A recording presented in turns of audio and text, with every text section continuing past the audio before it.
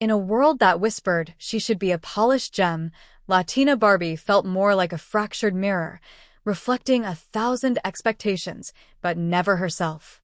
Anxiety was her constant shadow, a silent storm that raged behind her painted smile.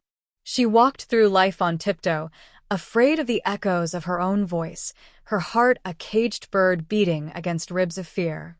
She was a masterpiece on a pedestal, admired but untouched, starving for a love she couldn't yet give. The journey home began not with a step, but with a breath, a single, shaky inhale in the quiet dark, a promise to the girl in the mirror that she was finally ready to listen. She began to untangle the knots of doubt, not with a fight, but with a gentle, persistent unraveling. She faced the ghosts in her mind, not as a warrior with a sword, but as a hostess offering them tea. And in that sacred space of acceptance, a quiet revolution bloomed. An unshakable confidence took root, growing from the rich soil of her own resilience. Her face, once a mask, began to glow with a light that was uniquely hers, a warm, honeyed radiance born from survival.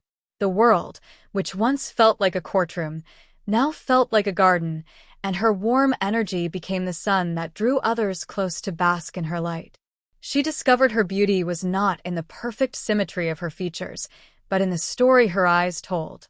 It was in the strength of her laugh, the passion in her gestures, the fire of her spirit.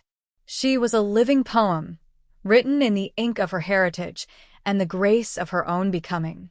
The spark of love she once searched for outside, she found ignited in the core of her being, a permanent, brilliant flame. Brave, sincere, and emotionally sovereign, she moved through the world not as a character in someone else's story, but as the author of her own. And so, Latina Barbie learned the simple, sacred art of being. She found joy in the steam from her morning coffee, in the rhythm of her own heartbeat, in the unapologetic truth of who she was. Her life was no longer a performance, but a celebration.